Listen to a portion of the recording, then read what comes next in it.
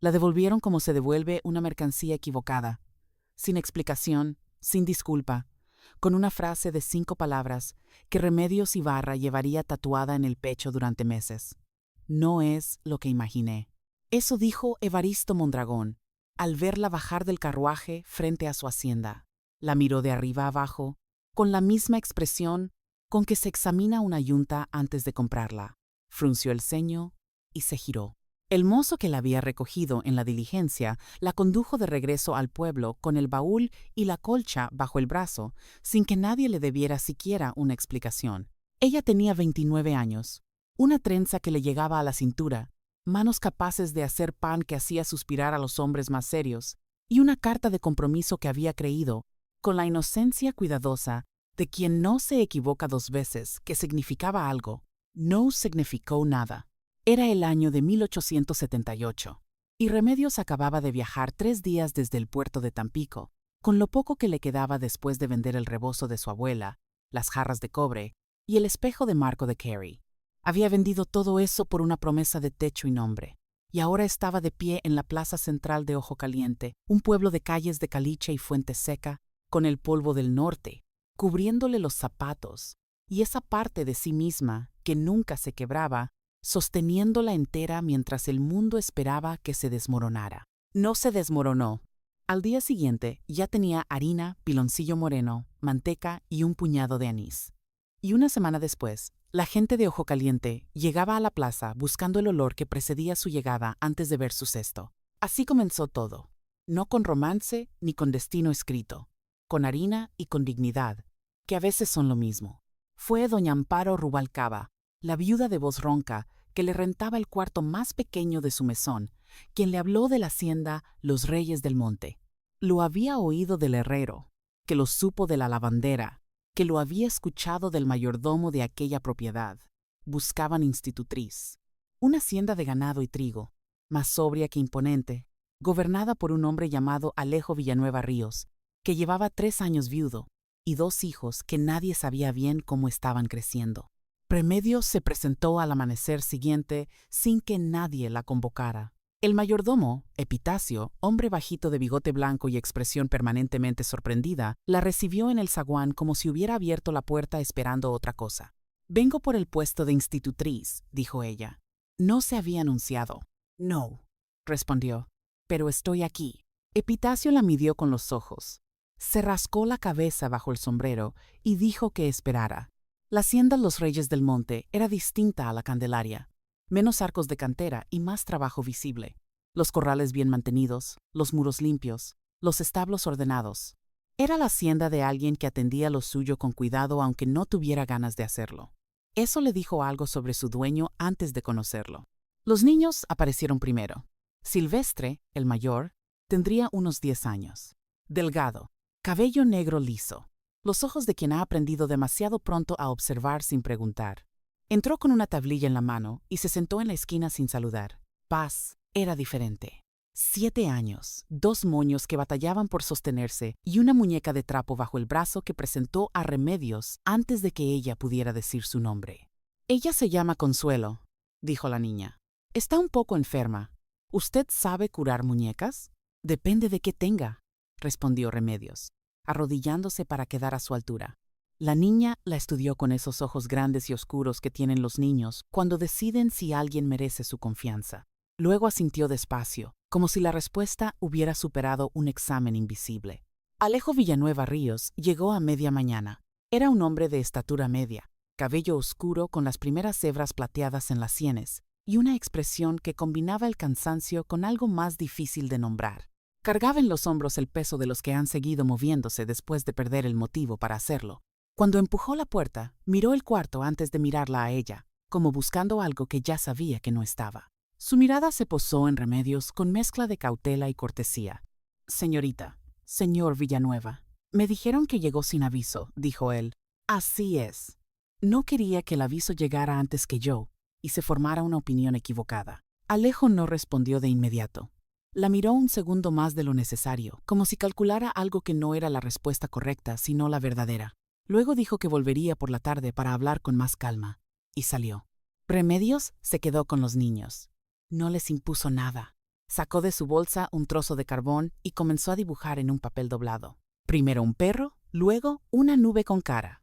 Luego una ciudad imaginaria con puentes imposibles. Paz se acercó de inmediato. Silvestre tardó más, pero acabó inclinando el cuello para ver sin que nadie lo invitara. Esa tarde, Alejo le ofreció el puesto. No con entusiasmo, con honestidad. La casa necesita orden, y los niños necesitan más de lo que yo puedo darles solo. No tengo nada que prometerle más allá de un techo limpio y un jornal puntual. Eso es suficiente, respondió ella. Y así comenzó. Los primeros días en los Reyes del Monte transcurrieron en esa tensión invisible que existe cuando personas desconocidas empiezan a compartir el mismo aire. Los criados la observaban con curiosidad mezclada con recelo. Nadie le preguntó nada directamente, pero ella sabía que sus pasos eran seguidos, que sus conversaciones con los niños eran escuchadas desde los corredores, que su manera de comportarse en la mesa era evaluada con criterios que nadie le había explicado, pero que todos conocían. Remedios no modificó nada de lo que era. No se volvió más pequeña para caber mejor. Se sentaba erguida, comía con calma, respondía cuando le hablaban y callaba cuando no había nada que decir. Era un silencio activo, no pasivo. El silencio de quien piensa. Con Paz avanzó rápido. La niña tenía una sed de aprender que nadie había sabido encauzar todavía. Le gustaban los números y la historia de los animales, y los cuentos que Remedios inventaba al pie de la cama con personajes que siempre resolvían sus problemas con ingenio en vez de fuerza. Una tarde, después de un cuento sobre una paloma que cruzó el desierto cargando una carta que nadie más se había atrevido a llevar, Paz se quedó callada con los ojos fijos en el techo. ¿La paloma llegó sola?, preguntó. «¿Llegó?», respondió Remedios. ¿Y no tenía miedo? Claro que tenía, pero el miedo no le quitaba las alas. Paz asintió con esa seriedad de los niños que están guardando algo para pensarlo más tarde. Luego preguntó si podían inventar otro cuento mañana sobre alguien que también tuviera miedo pero llegara de todas formas. Remedios le dijo que sí. Con Silvestre fue más difícil. No porque fuera malo, sino porque era cauteloso con una madurez que dolía. Había aprendido a no encariñarse rápido porque las cosas que quería tendían a desaparecer. Lo entendió sin que nadie se lo dijera, y decidió no apresurarlo. Le dejaba libros sobre la mesa sin decirle que los leyera. Le hacía preguntas que no exigían respuesta inmediata. Una tarde de lluvia, lo encontró leyendo uno de los libros que ella había dejado. Lo sostenía con las dos manos, el lomo apretado como si el libro pudiera escapar. Cuando la sintió llegar, no lo cerró. Solo levantó los ojos un segundo y los volvió a bajar. Eso fue todo. Pero fue suficiente. Alejo aparecía en los márgenes de los días. En el desayuno, donde comía deprisa antes de salir al campo. A veces al atardecer, cruzando el corredor con papeles bajo el brazo. Alguna noche, tarde, cuando Remedios ya había acostado a los niños, escuchaba sus pasos en el estudio del ala oeste y veía la luz filtrarse bajo la puerta. Una vez lo encontró en la biblioteca, de pie frente a un librero, con un volumen abierto en la mano que no estaba leyendo. Simplemente lo sostenía. Cuando ella entró a buscar el libro de geografía para la lección del día siguiente, él la miró con la expresión de quien es sorprendido, en un pensamiento que no era para ojos ajenos. «Perdone», dijo ella. «No sabía que estaba aquí». «No se disculpe», respondió él cerrando el volumen. «Esta biblioteca tiene más vida desde que usted llegó». No supo qué responder. Tomó el libro y se retiró.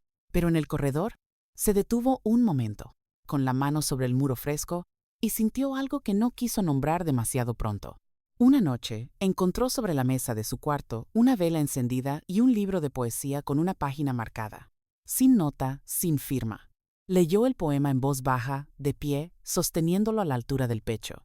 Trataba de alguien que llega a un lugar árido y lo convierte, sin proponérselo, en jardín. Cerró el libro y lo dejó donde estaba. Esa noche tardó mucho en dormirse. El pueblo, mientras tanto, no descansaba.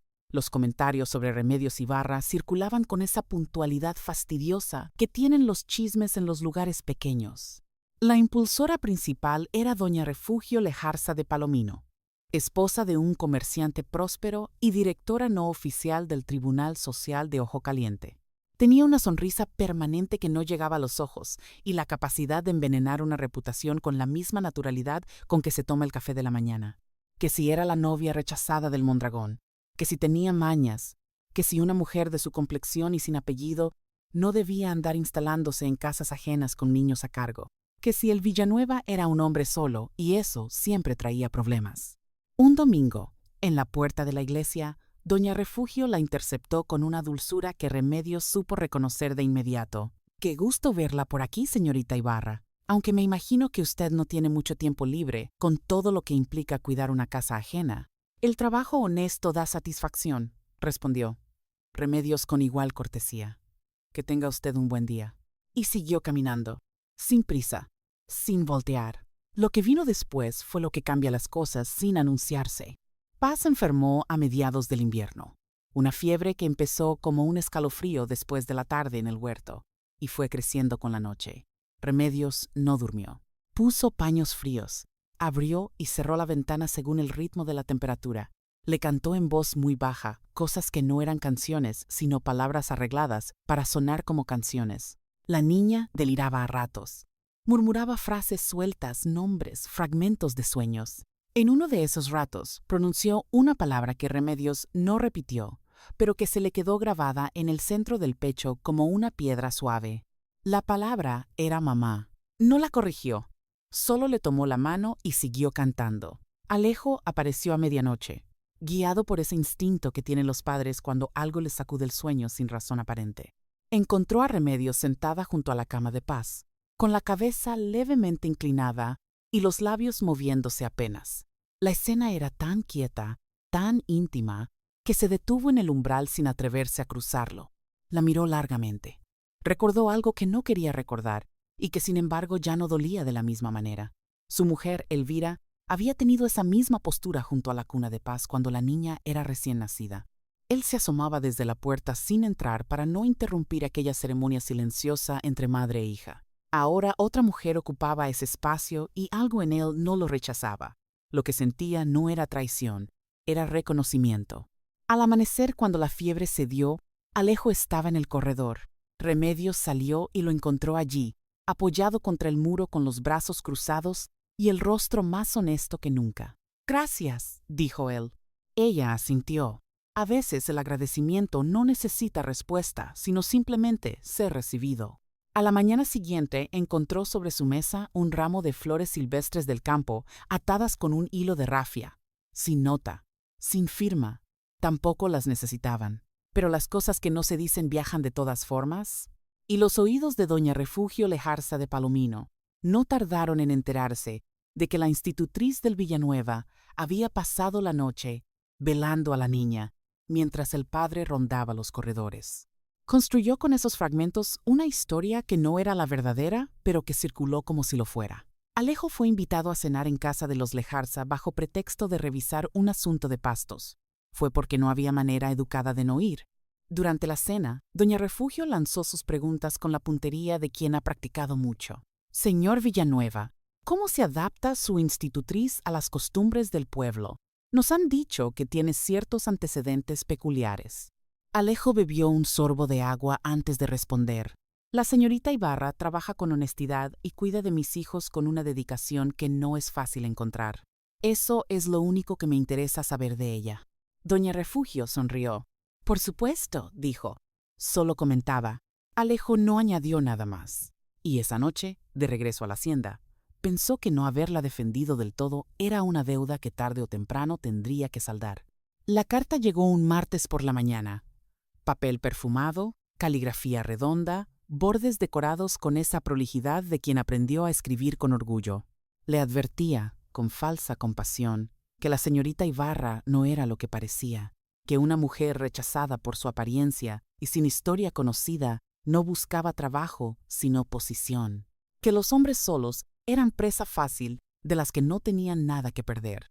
No llevaba firma. Alejo la leyó una vez, la dobló, la leyó otra vez. Silvestre entró al estudio buscando tinta y lo encontró con el papel en la mano. «¿Reconoces esta letra?», le preguntó mostrándosela. El niño la estudió con los ojos entrecerrados. «Es de la señora Lejarza. Yo la he visto firmar en la tienda de su esposo. Hace esa F rara con la curva al revés».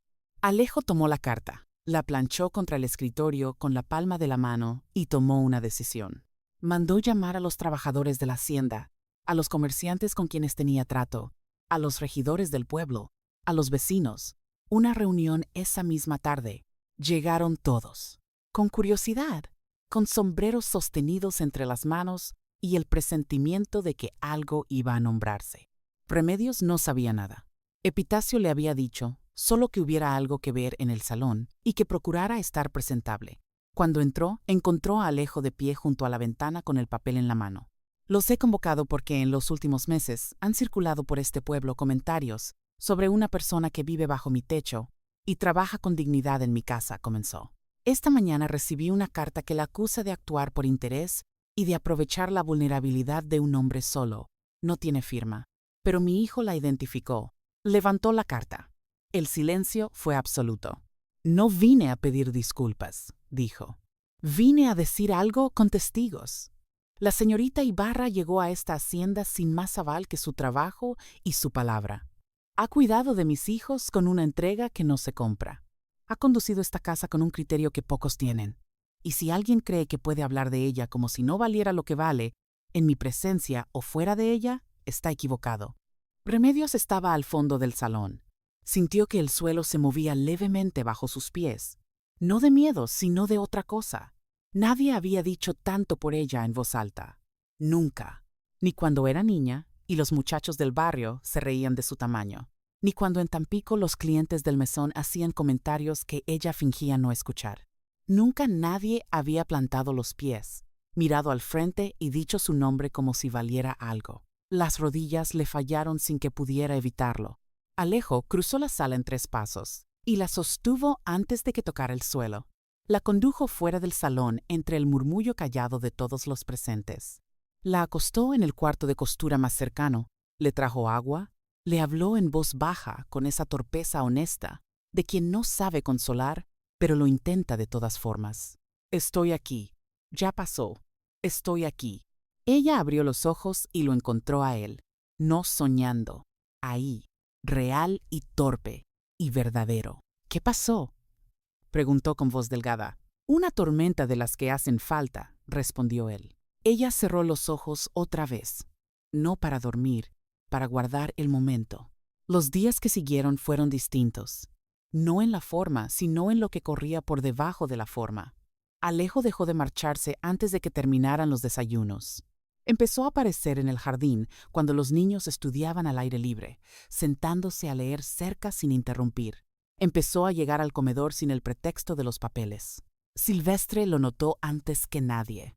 Una tarde que Alejo se sentó bajo el nogal mientras Remedios le enseñaba a Paz a reconocer las estrellas en un mapa dibujado a carbón, el niño se acercó a su padre y se sentó a su lado sin decir nada. Estuvieron así un rato largo, callados, mirando a Remedios señalar puntos invisibles en el papel, con la misma seguridad con que señalaría las estrellas reales. ¿Ella se va a quedar?, preguntó Silvestre en voz muy baja. Alejo tardó en responder. Eso depende de ella. Silvestre asintió. Luego dijo algo que no esperaba de él. Espero que sí, porque cuando está aquí no pienso tanto en las cosas malas. Alejo lo miró. Su hijo tenía 10 años y acababa de decir algo que él mismo no había sabido decir con 40. Una noche de luna llena, mientras Remedios colgaba ropa en el tendedero del patio trasero, escuchó pasos y supo sin voltear quién era. Él se quedó a unos pasos mirando el cielo. Elvira nunca conoció este patio de noche, dijo de pronto. Decía que los patios traseros eran para el día. Remedios siguió colgando ropa sin prisa. Yo crecí en un cuarto sin patio, respondió. Para mí cualquier cielo abierto es un lujo. Silencio. La luna seguía su trabajo. ¿Extraña el mar?, preguntó él. A veces. Pero el desierto también tiene su manera de decirte que eres pequeña, y eso me gusta. Alejo sonrió. Una sonrisa apenas visible en la penumbra, pero Remedios la sintió aunque no la viera. Esa noche, al irse a dormir, supo que algo había cruzado un umbral sin que ninguno de los dos lo hubiera dicho en voz alta. Pero los umbrales no siempre se cruzan en paz. A veces el pasado llega justo cuando uno cree haber dejado de esperarlo. 3 semanas después de la reunión en el salón, Evaristo Mondragón apareció en Ojo Caliente. No venía a buscar a Remedios. Venía a cerrar un trato de tierras con el regidor del pueblo, un asunto de linderos que arrastraba desde hacía meses. Pero Ojo Caliente era pequeño, y los caminos se cruzaban aunque uno no quisiera. Remedios lo vio desde la plaza cuando salía del mercado con una canasta. Él iba a caballo por la calle principal, escoltado por 2 peones, con esa postura rígida de quien cree que la altura del lomo lo vuelve más importante. No la vio. O si la vio, no la reconoció. O la reconoció y eligió no verla, que a veces es peor. Ella siguió caminando, pero algo en el paso se le endureció, no de miedo, sino de memoria. El recuerdo de aquella tarde frente al portón de la Candelaria, el polvo del camino de regreso, el mozo que no sabía dónde poner los ojos. Esas cosas no se borran. Se acomodan en algún lugar del cuerpo y se quedan ahí calladas hasta que algo las despierta. Esa noche, sentada en su cuarto con el libro de recetas abierto sin estar leyendo, escuchó que tocaban a la puerta. Era Alejo. «Supe que Mondragón está en el pueblo», dijo sin rodeos. «¿Está bien?» Ella lo miró. No esperaba la pregunta. «Estoy bien», dijo. Él no se movió del umbral. La miró con esa atención que ponía cuando quería entender algo que no estaba en las palabras. «Cuando llegó usted a esta hacienda», comenzó despacio, sin aviso, sin carta, sin recomendación. «Y yo le di el puesto porque algo en la manera en que respondió me dijo que era una persona que hacía las cosas en serio. No supe entonces lo que le había pasado antes. Lo supe después, por Epitacio, por el herrero, por los que hablan en el pueblo, y me pareció una injusticia tan grande que no supe qué hacer con ella». Remedios lo miraba sin hablar. «Mondragón es un hombre que no merece el tiempo que usted le ha dado de pensar en él», dijo Alejo, «pero eso usted ya lo sabe. Solo quería que supiera que lo que hizo, rechazarla así, dice más de su pobreza que de la de usted. Una persona que devuelve a otra como si fuera un objeto defectuoso es alguien que nunca aprendió a mirar». Ella tardó un momento en responder. «¿Y usted aprendió a mirar?», preguntó. Él no sonrió. La miró directo. «Estoy aprendiendo», dijo. Y se fue. Remedios se quedó con el libro de recetas en la mano y el corazón haciendo cosas para las que no tenía nombre todavía. 2 días después, Mondragón la vio en la plaza. Esta vez no hubo manera de fingir que no. Estaba en su puesto de pan, con el cesto extendido y 3 mujeres comprando, cuando él pasó por el corredor del mercado y sus miradas se encontraron. Él frenó el paso. La reconoció. Se notó en la ligera tensión que recorrió sus hombros, en cómo ajustó el sombrero con 2 dedos en un gesto que no era de saludo sino de incomodidad. Remedios no bajó la vista. Le sostuvo la mirada con la misma serenidad con que había sostenido todo lo demás, sin rabia, sin reproche visible, con esa calma que solo tienen quienes ya no necesitan que el otro los vea bien para saber que están bien. Mondragón apartó la mirada primero. Siguió caminando, y ella siguió vendiendo pan. Una de las mujeres que estaba comprando lo observó alejarse y luego miró a Remedios. «¿Lo conoce?», preguntó.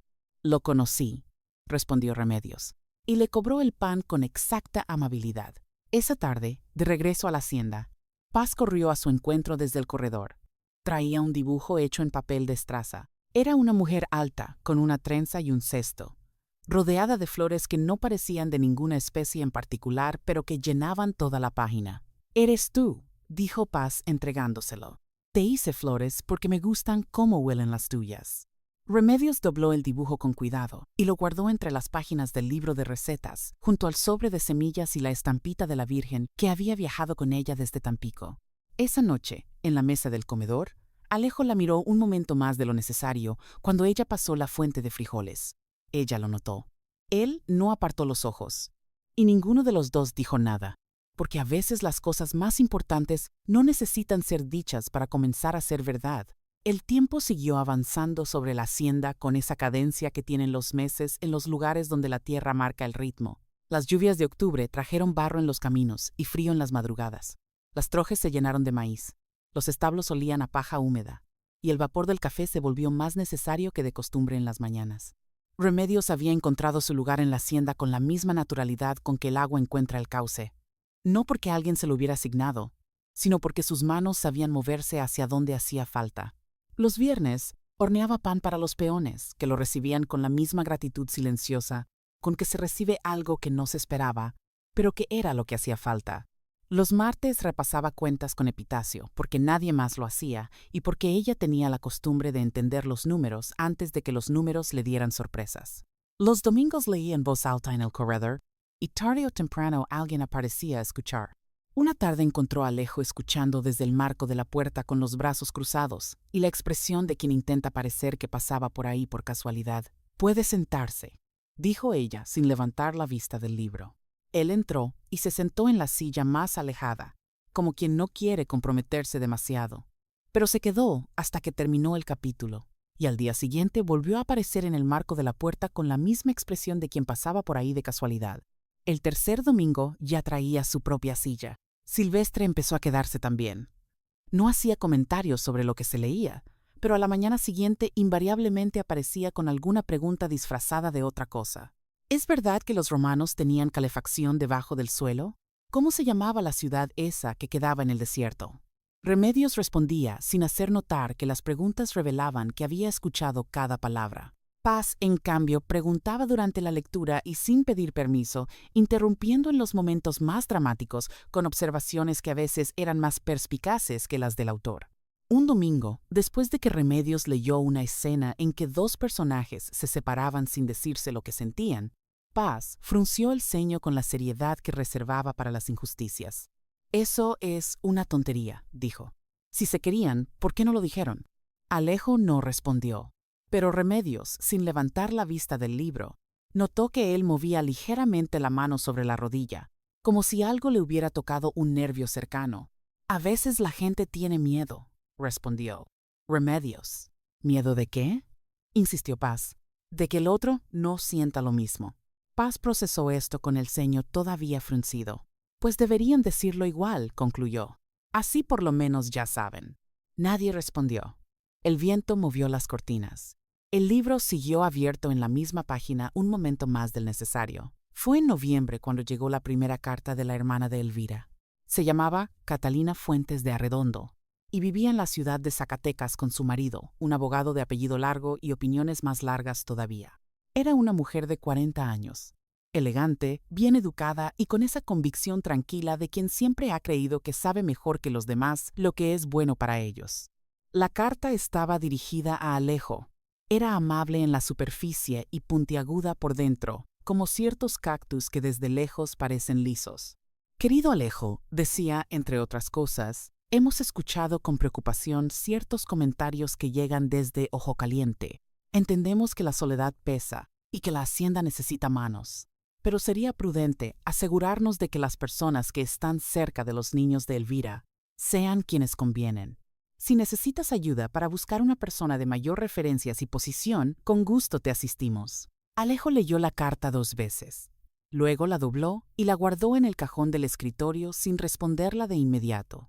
Esa noche, al cruzar el corredor hacia la biblioteca, se encontró con Remedios que traía una lámpara de aceite y una taza de manzanilla para los niños.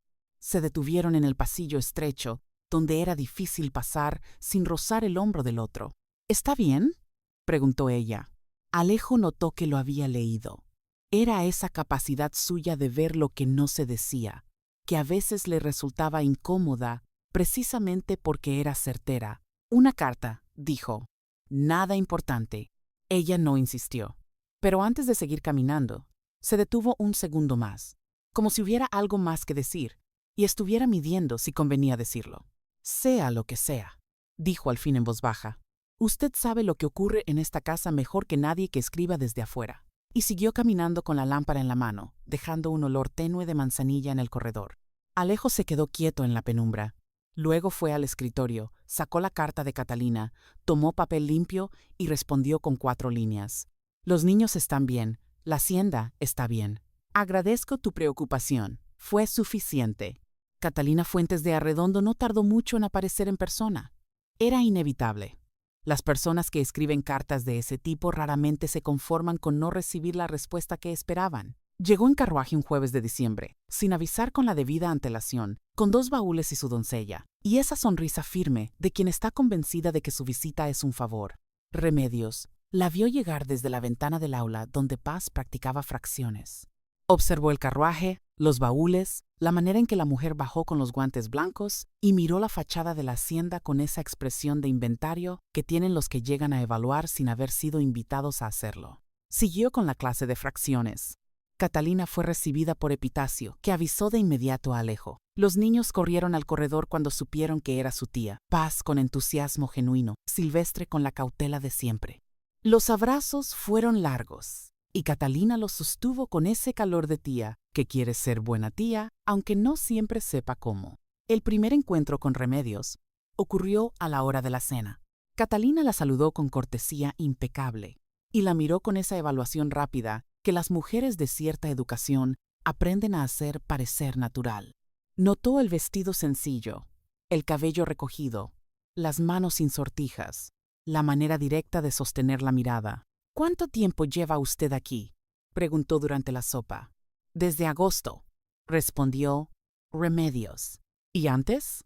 «Trabajé en el puerto de Tampico». Catalina asintió con esa neutralidad estudiada que no dice nada y dice todo. La cena transcurrió en conversación general sobre los niños, sobre las lluvias de la temporada, sobre un primo común que había tenido un hijo. Alejo respondía con la cortesía que se le tenía a una familiar querida, pero a quien se sabe que llega con agenda. Remedios participó cuando le preguntaron, y no cuando no le preguntaron, que era exactamente lo correcto. Esa noche, cuando los niños dormían y Remedios se había retirado, Catalina y Alejo se quedaron en la sala con una copa de vino cada uno. «Es una mujer capaz», dijo Catalina después de un silencio. «Lo es», respondió él, pero Alejo. Ella esperó a que él la mirara. «¿Qué estás haciendo exactamente?». Él no fingió no entender la pregunta. «No lo sé todavía», respondió con honestidad. Catalina dejó la copa sobre la mesa con suavidad. «Elvira era mi hermana y la quise más que a nada. Pero Elvira no era de las que habría querido que sus hijos crecieran sin calor. Eso lo sé. Lo que no sé es si esta mujer es la persona correcta o si es simplemente la persona disponible». Alejo tardó en responder. «Hay una diferencia entre esas dos cosas que solo uno puede saber», dijo al fin. «Y yo estoy empezando a saberla». Catalina lo miró largo rato.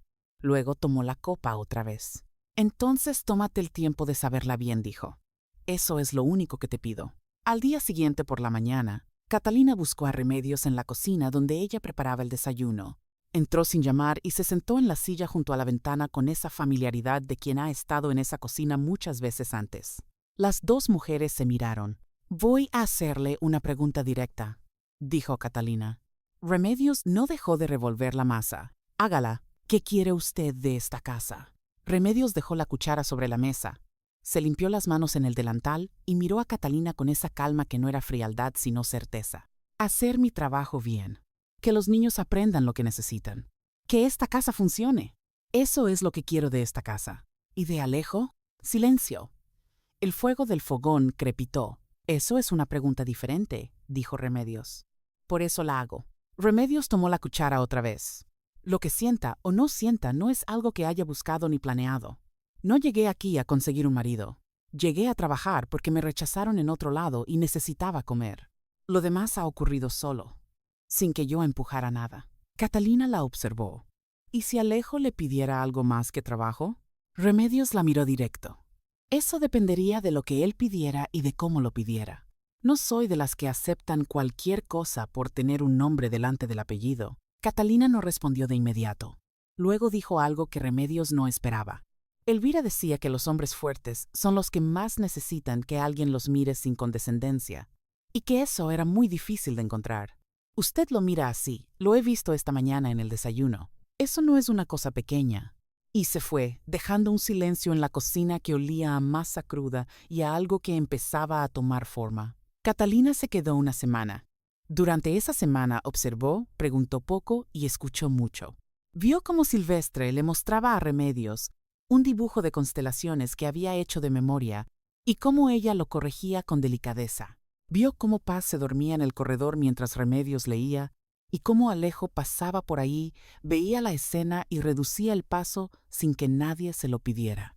Vio cómo en el comedor, cuando Remedios decía algo en lo que todos pensaban pero nadie se había atrevido a decir, Alejo la miraba con una expresión que no era de jefe ni de empleador, sino de alguien que está siendo conocido y no le desagrada. La tarde antes de irse, Catalina fue a la biblioteca a buscar un libro. Encontró a Alejo allí, de pie junto al librero, con los brazos cruzados. «Me voy mañana», dijo. «Lo sé». «Ella es buena persona», dijo Catalina. «No de esas que lo son cuando les conviene. De las que lo son porque no saben ser de otra manera. Eso es más raro de lo que crees». Alejo no respondió. «Elvira se hubiera caído bien», añadió Catalina. «Se lo digo porque sé que eso importa. Que se lo digo yo». Y salió de la biblioteca, dejando a su cuñado solo con una verdad que ya no tenía dónde esconder. Fue una semana después de la partida de Catalina cuando Alejo le pidió a Remedios que se casara con él. No lo hizo con flores ni con discurso preparado. Lo hizo como hacía todo lo que importaba, directamente, en el momento en que dejó de tener sentido seguir callándolo. Era tarde. Los niños dormían. Él la encontró en la biblioteca, sentada junto a la lámpara, con un libro abierto en el regazo que había dejado de leer hacía rato. Entró, se sentó frente a ella, y no habló de inmediato. Ella levantó la vista. «Tengo algo que decirle», comenzó él. «La escucho. No soy bueno para hablar de lo que siento. Elvira me lo decía, y tenía razón. Guardo las cosas donde no se ven hasta que se pudren o hasta que se vuelve imposible no decirlas. He llegado al segundo caso». Remedios dejó el libro sobre la mesa. «He pensado mucho en esto», continuó Alejo. «No quiero que sea un impulso ni una gratitud disfrazada. Lo he pensado con cuidado. Y lo que encuentro, cada vez que lo pienso, es que esta casa es mejor con usted en ella, que mis hijos son mejores con usted cerca, y que yo soy mejor persona desde que alguien me mira como usted me mira». Pausa. «Quiero pedirle que se quede. No como institutriz, como mi esposa. Si usted quiere eso». El silencio que siguió no fue de duda, sino de peso. El peso de las cosas que se esperan tanto tiempo que cuando llegan hay que detenerse a recibirlas bien. Remedios lo miró y habló con la misma honestidad con que él lo había hecho. «Yo llegué a este pueblo con una carta de compromiso rota y un baúl que pesaba menos que la vergüenza que sentí frente al portón del Mondragón. No busqué esto, pero ocurrió. Y lo que ocurrió fue que encontré un lugar donde mi trabajo valía, donde los niños me miraron como si yo pudiera hacer algo que nadie más había hecho, y donde usted, que es un hombre que no regala nada fácil, me trató como si lo que yo era fuera suficiente. Lo que usted es», dijo él, «es más que suficiente». Ella asintió despacio.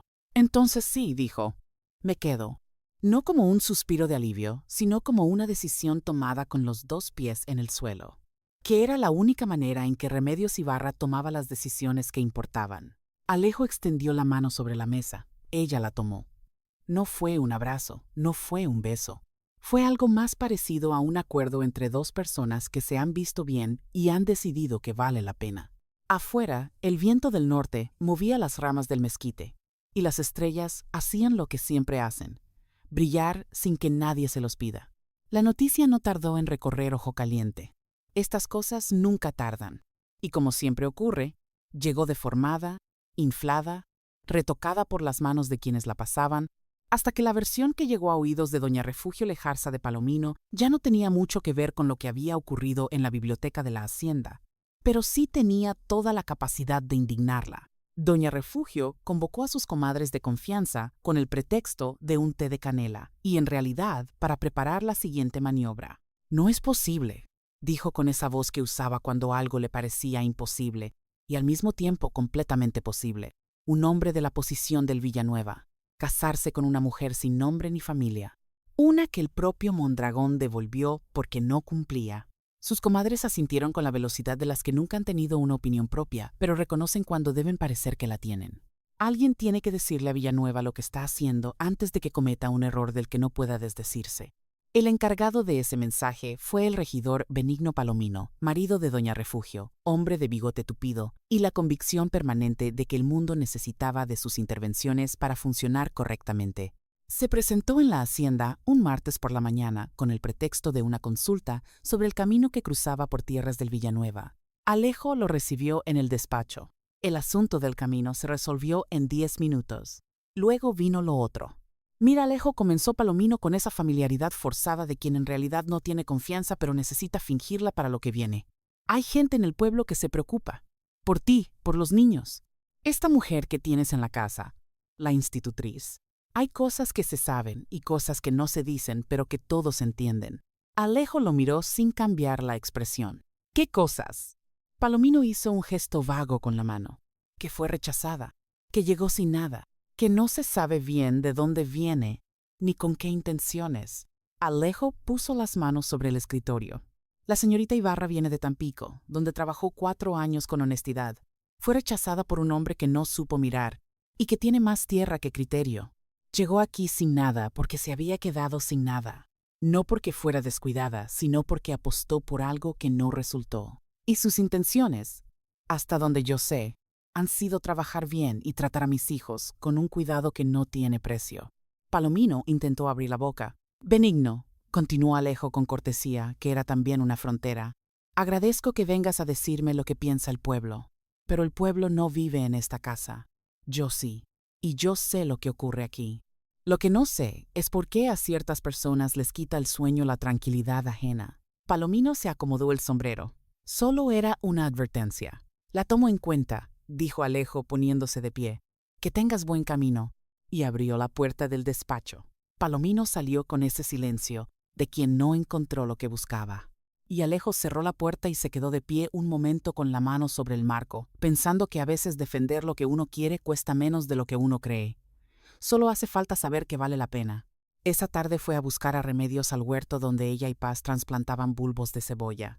Le contó lo de Palomino sin omitir nada, con esa honestidad suya que no adornaba las cosas para que dolieran menos. Ella lo escuchó sin interrumpir. Cuando terminó, se limpió la tierra de las manos en el delantal. ¿Y usted qué le respondió? Le dije la verdad. Remedios lo miró un momento. Eso es lo único que vale, dijo. Y siguió trasplantando bulbos. Paz, que había escuchado todo sin fingir que no escuchaba, levantó la vista con esa expresión suya de veredicto. La señora del regidor tiene cara de limón, dijo. Alejo y Remedios se miraron. Fue la primera vez que se rieron juntos de algo al mismo tiempo. No fue una risa grande ni larga. Fue una risa breve, casi sorprendida, de las que ocurren antes de que uno pueda decidir si conviene. Paz los miró complacida. Le gustaba cuando las cosas resultaban como debían. La boda se fijó para diciembre, cuando la temporada de lluvias hubiera terminado y el frío fuera seco y limpio. No hubo anuncio en la iglesia ni invitaciones impresas. La noticia viajó sola, como siempre viajan las que importan. Pero antes de diciembre hubo algo que nadie esperaba. Fue Silvestri quien lo descubrió. Estaba en la biblioteca una tarde, buscando un libro de mapas, cuando encontró, detrás de un librero que se había corrido ligeramente de su lugar, una caja pequeña de lata con la tapa oxidada. La abrió con la cautela de quien respeta lo ajeno.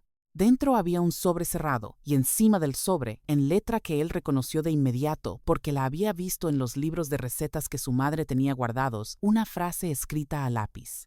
Para Alejo, cuando sea tiempo. Silvestre cerró la caja, la llevó a su padre y le dijo simplemente que había encontrado algo que creía que era suyo. Alejo la abrió esa noche, solo, con la puerta del despacho cerrada y la lámpara baja. La carta era de Elvira. Tenía fecha de 2 meses antes de su muerte. La letra era más temblorosa que la que él recordaba, pero la voz era la misma, directa, sin rodeos, sin melodrama. Decía cosas que solo Elvira podía decir, porque solo ella había vivido lo que habían vivido juntos. Recordaba una tarde en la sierra cuando Paz era un bebé, y llovió tanto que tuvieron que refugiarse bajo un árbol durante 2 horas, y él le había dicho que había pensado en ella todos los días desde que la había conocido. Recordaba la primera vez que Silvestre lo llamó papá, y cómo él había salido al corral con el pretexto de revisar los caballos para que nadie lo viera llorar. Y luego decía lo que necesitaba decir. Sé que me voy, Alejo. No lo digo con tristeza. Lo digo porque hay que decirlo. Y porque necesito que sepas que lo único que me duele de irme es dejarlos a ustedes. No porque no estén bien solos, sino porque merecen más que estar solos. No te pido que me olvides. Te pido que no te encierres. Tú que eres tan bueno para guardar las cosas donde no se ven, no guardes el amor ahí también. Los niños necesitan verlo en ti. Necesitan saber que vale la pena. Necesitan ver que su padre puede ser feliz, aunque yo no esté. ¿Y tú? Tú también lo necesitas. No le tengas miedo a lo que venga. El amor que tuve por ti no se va a romper porque ames otra vez. El amor verdadero no es de ese material, es del que se estira. Cuida a nuestros hijos, cuídate tú. Y si algún día alguien hace que esta casa vuelva a oler a vida, déjala. Alejo dobló la carta con el mismo cuidado con que se dobla algo que va a guardarse para siempre. No lloró. O sí lloró, pero de ese modo silencioso que no se parece al llanto, sino a que el cuerpo necesita soltar algo que ya no cabe adentro. Se quedó sentado en el despacho hasta muy tarde, con la carta entre las manos y el fuego del brasero reduciéndose a brasas. A la mañana siguiente fue a buscar a Remedios antes del desayuno. La encontró en la cocina, como siempre, con las manos en la masa y el cabello todavía en la trenza de la noche. Ella lo miró y supo de inmediato que algo había pasado. No preguntó qué. Él se sentó en la silla junto a la ventana y le contó de la carta. No toda. Lo suficiente. Le dijo que Elvira le había pedido que no se encerrara, que había dicho que el amor verdadero no se rompe cuando se estira. Remedios escuchó sin dejar de amasar. Cuando él terminó, ella apoyó las manos en la orilla de la mesa y lo miró. Era una mujer que lo conocía bien, dijo. Mejor que nadie, respondió él. Silencio. El fuego del fogón crepitaba. Entonces tenía razón, dijo Remedios. ¿En qué? En que no hay que tenerle miedo a lo que venga. Alejo la miró. En su rostro había algo que hacía tiempo no aparecía. No era alegría exactamente. Era algo más parecido a la paz de quien ya no lucha contra la corriente. No, dijo. Ya no. Y esa mañana desayunaron los cuatro juntos, sin que nadie se apurara en salir. Alejo no buscó los papeles de la contaduría. Silvestre no se llevó la tablilla a la mesa. Paz habló sin parar de un sueño en que una ballena le había enseñado a contar en un idioma que solo usaban los peces. Y la hacienda Los Reyes del Monte respiró con esa calidad de aire que solo tienen los lugares donde alguien decidió quedarse. La boda fue en el patio de la hacienda, bajo los mezquites que daban sombra en las mañanas. No era temporada de flores vistosas, pero alguien trajo ramas de romero y flor de invierno del campo, y las ató con listones a las sillas y a los pilares del corredor. El aire olía a tierra fría y a leña. Había poca gente, pero toda la necesaria. Los trabajadores de la hacienda que habían visto cambiar la casa en los últimos meses. Las mujeres del pueblo que habían aprendido a respetar a Remedios, no porque alguien les dijera que debían, sino porque la habían visto en la plaza sin bajar la vista. Y eso hace algo en la memoria de las mujeres que saben lo que cuesta. El herrero y su familia. El viejo médico que había atendido a Paz en la fiebre y que desde entonces se quitaba el sombrero cuando veía Remedios en la calle. Doña Amparo Rubalcaba, que lloró desde antes de que empezara la ceremonia y no se disculpó. Catalina Fuentes de Arredondo llegó desde Zacatecas el día anterior, sin baúles esta vez, solo con una caja pequeña envuelta en papel de seda que entregó a Remedios esa mañana antes de que bajara al patio. Era de Elvira, dijo simplemente. Creo que ella habría querido que lo tuvieras. Dentro había un broche de plata, con una flor grabada, sencillo y muy gastado por el uso. No era una joya de exhibición. Era una joya de todos los días, de las que se ponen porque gustan, no porque impresionen. Remedios lo sostuvo en la palma un momento, luego lo prendió en el cuello de su vestido sin decir nada. Catalina asintió y salió. Remedios bajó al patio con el broche puesto y el cabello recogido con una cinta color tierra, sin más adorno que esa presencia suya que no necesitaba añadidos.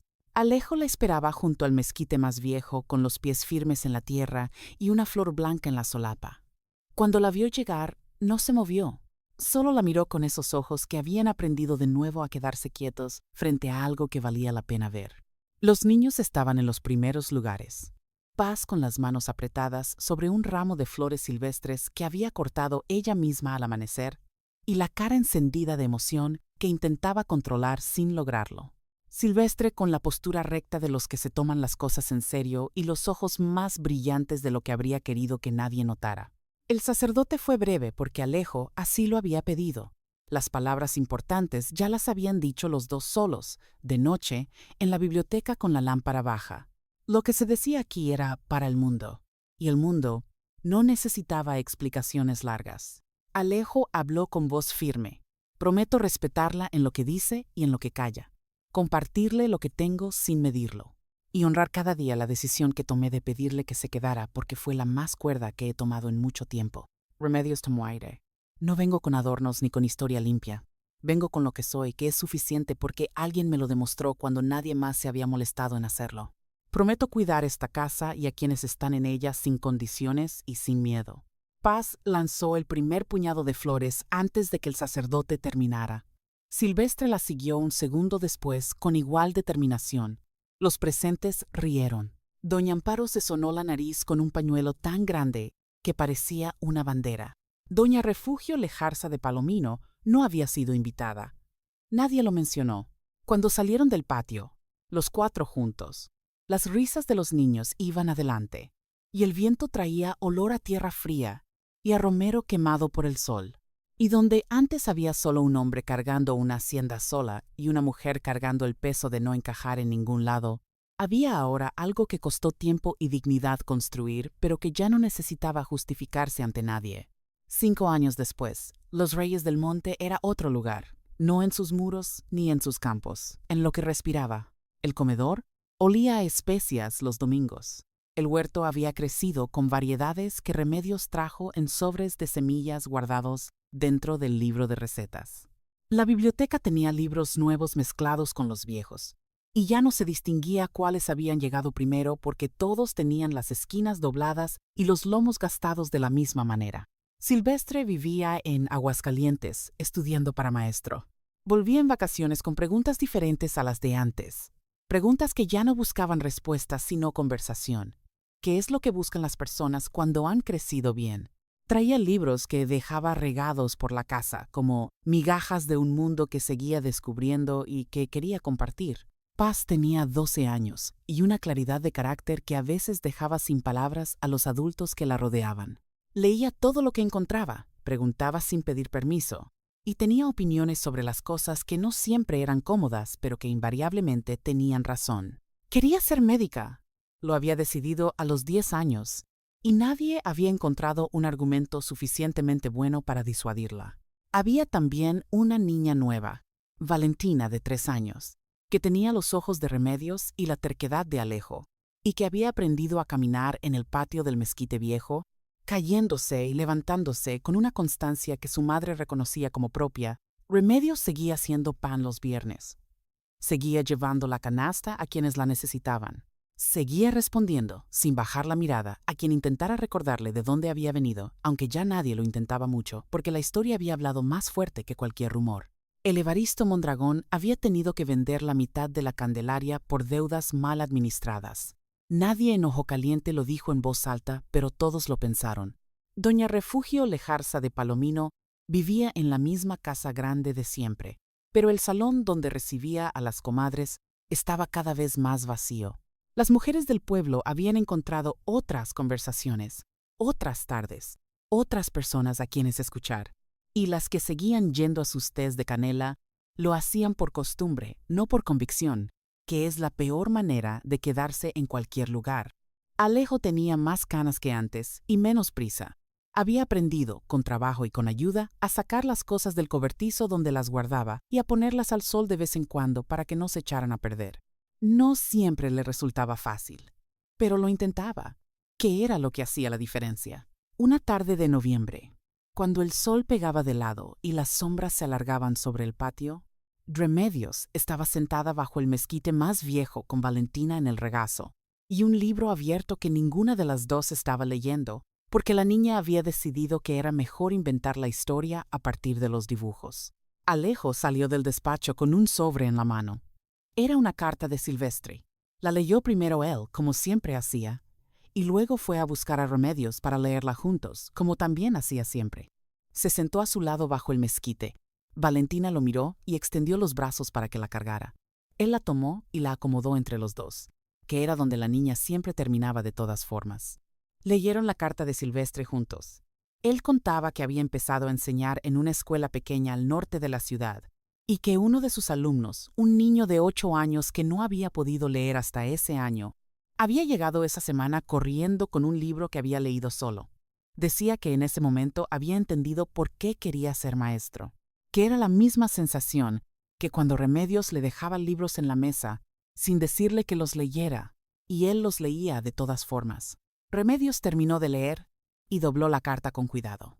¿Sabías que lo recordaba así?, preguntó Alejo. No, dijo ella, pero me alegra. Valentina se había quedado dormida entre los dos con la misma velocidad, sin aviso con que los niños pequeños pasan de la vigilia al sueño. La sostenían entre los dos sin que ninguno se hubiera puesto de acuerdo en hacerlo. El viento del norte movía las ramas del mezquite. Las sombras se hacían más largas. Somewhere en la hacienda, uno de los perros ladró una vez y luego se cayó. Remedios pensó en la mañana en que había llegado a Ojo Caliente con el baúl y la colcha, de vuelta de una hacienda que no la había querido, sin saber dónde iba a dormir, ni qué iba a comer, ni si el mundo iba a seguir siendo tan pequeño como se sentía en ese momento. Pensó en el fogón de doña Amparo, en la primera bandeja de pan de piloncillo que había sacado a la plaza con espalda recta, aunque le temblaran las manos por dentro. Pensó en la primera mañana en esta hacienda, en Paz y su muñeca enferma, en Silvestre y su tablilla, en Alejo y su manera de mirar antes de hablar, como si cada palabra costara algo y valiera algo. Pensó en todo eso sin tristeza y sin nostalgia, con la gratitud quieta de quien ha llegado a algún lado después de un camino largo y lo sabe. Alejo giró la cabeza para mirarla. ¿En qué piensas?, preguntó. Ella no respondió de inmediato. Miró el mezquite, el cielo que empezaba a teñirse de naranja por el poniente, la silueta de la hacienda con sus muros claros y sus ventanas encendidas. En que llegué aquí sin que nadie me esperara, dijo, y en que me parece bien que haya sido así, porque si alguien me hubiera esperado, habría llegado siendo la persona que ellos esperaban. Así llegué siendo la que soy. Alejo la miró con esa atención quieta que ella ya conocía bien. Mejor así, dijo. Mejor así, repitió ella. Valentina se movió entre los dos con ese pequeño ruido que hacen los niños cuando están profundamente dormidos y no saben que el mundo sigue. Los dos la miraron un segundo. Luego se miraron el uno al otro con esa familiaridad que no es costumbre sino reconocimiento. El sol terminó de caer detrás de los cerros. El mezquite siguió siendo el mezquite. Y la hacienda Los Reyes del Monte siguió respirando con ese ritmo de los lugares donde alguien decidió quedarse y construir. No con lo que tenía, sino con lo que era, que a veces es lo mismo, y a veces es más. Porque hay historias que no comienzan bien, que empiezan con una puerta cerrada y una frase de 5 palabras que duelen más de lo que deberían, que pasan por plazas de pueblo y cocinas prestadas y rumores que viajan más rápido que la verdad, pero que terminan, si uno no se rinde antes, en algún lugar bajo un árbol viejo, con tierra en las manos, y alguien al lado que te mira sin necesitar que seas otra cosa. Y eso, aunque nadie lo escriba en ninguna carta de compromiso, es lo que vale.